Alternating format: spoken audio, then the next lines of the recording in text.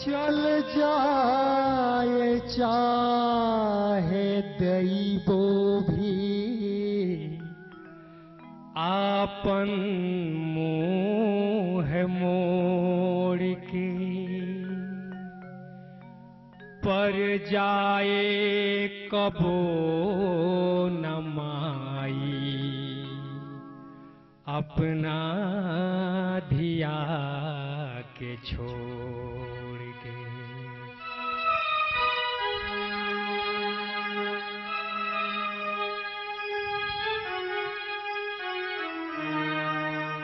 अमर माई जे रहती तो कबो भूखी न सोती हम। हमर माई जे रहती तो कबो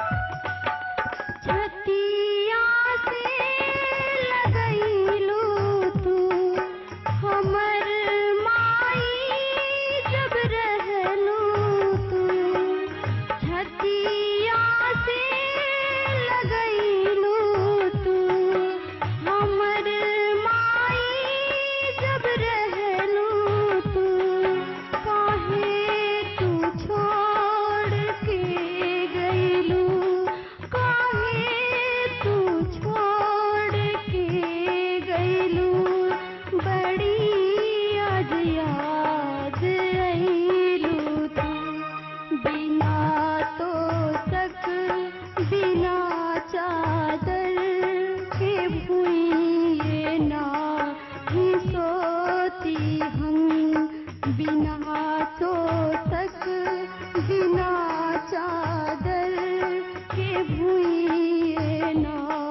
ही सोती हम तड़पती ना कबो ऐसन तड़पती ना कबो ऐसन फक के ना ही रोती हम हमर माई जे रहती ता कबो भूखे ना सोती हम हमर माई जे रहती ता कबो भूखे ना सोती हम हमर माई जे रहती ता कबो भूखे ना सोती